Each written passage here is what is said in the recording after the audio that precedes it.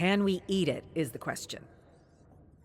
Gabriel turns the spongy green orb in his hand and looks up at the tree from which it fell. Not yet. The science officer, Sarah, glares disapprovingly, and Gabriel drops the orb. We don't even know if it's safe to touch. I'm wearing gloves. And now you have to disinfect them.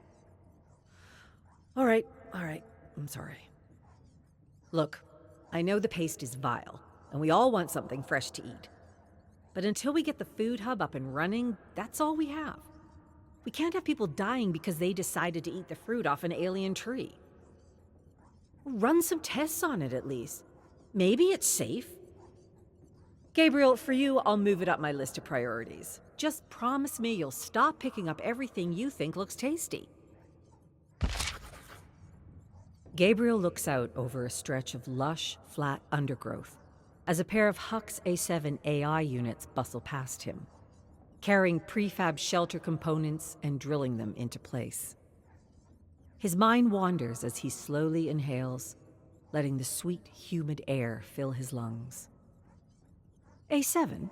Is there enough room there for a baseball diamond? The A7 unit stops very briefly, searching for an answer. Assuming professional league dimensions, there is room for a baseball diamond, with a short fence in left, assuming home plate to center is aligned east-northeast. Gabriel recalls his childhood, squinting from second base at the batter. The pitch. A line drive to his left in the gap. He plants his feet and dives. The ball bounces off the thumb of his glove into the air as he hits the ground horizontally. He squirms into position to catch it off the ricochet and completes the out. He hears his mother shout for joy as the team celebrates the final out of the game. How soon could we build it? That land is earmarked for agricultural use. Recreational land use is prohibited until Phase G, which, at our current rate, will be in 13 years, 5 months, 3 days. He exhales, sits up, and checks his unending task list. Breaks over. Yeah, that's what I figured. Rewind. Play back. The video plays again. Houghton catches the ball in his right hand, flips it to his left hand, and makes the play to first.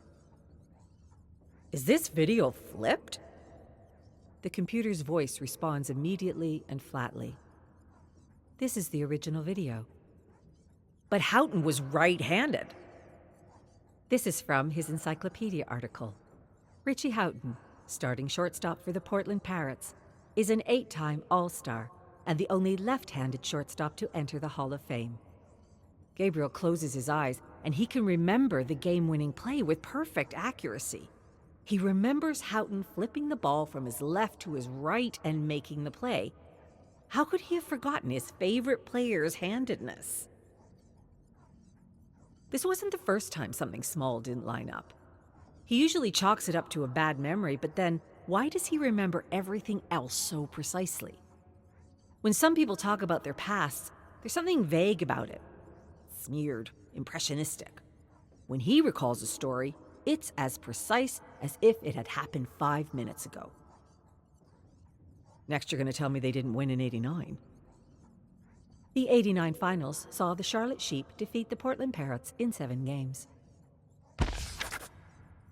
Dimitri looks at the 3D hollow readout of his terminal blankly, as if he's staring through it. There's nothing wrong with you. I don't know what to tell you. Gabriel stares at him, as if waiting for a different answer. Are you sure? Did you run every test? What do you think I'm going to find? Your vitals are fine. Your brain function is great. You're in excellent shape. But I think I'm going crazy. I'm remembering things one way, but then I checked the books, and they were another way. And that's something we can discuss in a cognitive acuity session, but not a physical. Gabriel opens his mouth, but no words come out. He searches his brain for a response. Anything. There must be something that'll convince Dimitri to take him seriously. What about you? Dimitri finally turns from his terminal and faces Gabriel. What about me, what? Do you have any of these weird discrepancies? Dimitri stares at him a moment and sighs. He rummages through a cabinet and conjures a hypospray. Take this after your work shifts, not during or before, after. Will it help? It'll help you stop thinking about problems that don't exist.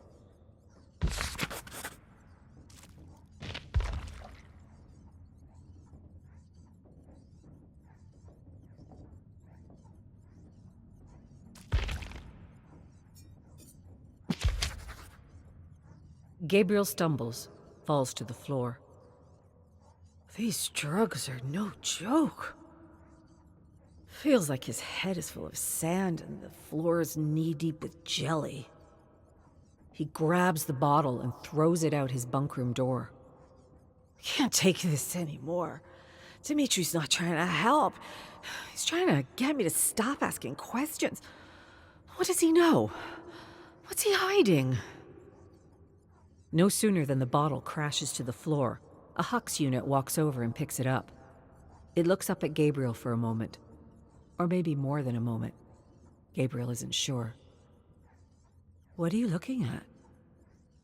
It seems frozen, as if deciding for a little too long. It shudders, as if it caught itself staring, and returns to its original programming. It scans the bottle and stalks down the hall to medical. Hey, wait! The Hux freezes again, turns silently to Gabriel, makes eye contact. Gabriel looks down at the floor, unsure what to say next. Who am I? You are Gabriel Soma, engineer for the Dvarka colonization mission. Can I help you with anything else? How old am I? You are biologically 35 years old. Can I help you with anything else? Biologically? Yes. Due to the effects of space travel and cryosleep, your biological and chronological ages are different. So how old am I really? The Hux pauses, as if considering his question. I cannot answer that question for you. Can I help you with anything else? No, that's all.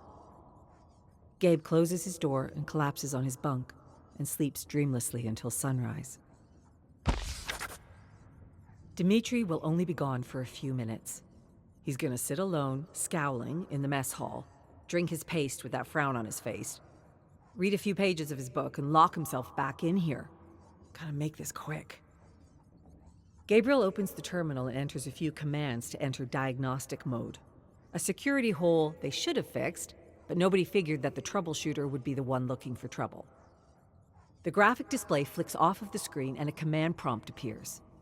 He urgently whispers voice commands to move through the system directory, and when he finds Soma Bio, he copies the entire folder to his data chip. 2 minutes left. He unplugs the computer, plugs it back in. It boots to the welcome screen, like he was never here. Gabriel moves for the door, takes a left, looks back over his shoulder. Coast is clear. He heads to his bunk and plugs in the thumb drive and starts scrolling through his medical records. These injuries didn't happen to me. A long list of serious injuries are listed, some of which would be fatal. There's a bang on his door. Gabriel rips the data chip from the terminal and leaps to his feet, opens the door. Dimitri. Hey, Gabe. Gabriel's entire body tenses up. This is the kind of thing that gets you put on bunk arrest. Yeah, what's up? Thanks for fixing that buzzing in my office. It was driving me nuts. Yeah, no problem. That's my job. I swear, if you weren't around, nothing would get done around here. Gabriel's mother pulls the soft fur cap down tight, covering his ears. Make sure you keep it on like this, or you'll get too cold. Yes, Mama. Are you excited about the science fair today? Gabriel grins up at her. I'm gonna win. All you have to do is your best. His mother freezes for a moment. stares at him in his eyes. She looks unfamiliar, uncaring. The hat feels heavy, its furry lining turning cold and metallic. He feels tears well in his eyes, and he tries to blink them back. When his eyes refocus, there is his mother, looking concerned. "Are you okay?" "Yeah, I'm okay." "Good. You'll do great, Gabriel. I love you."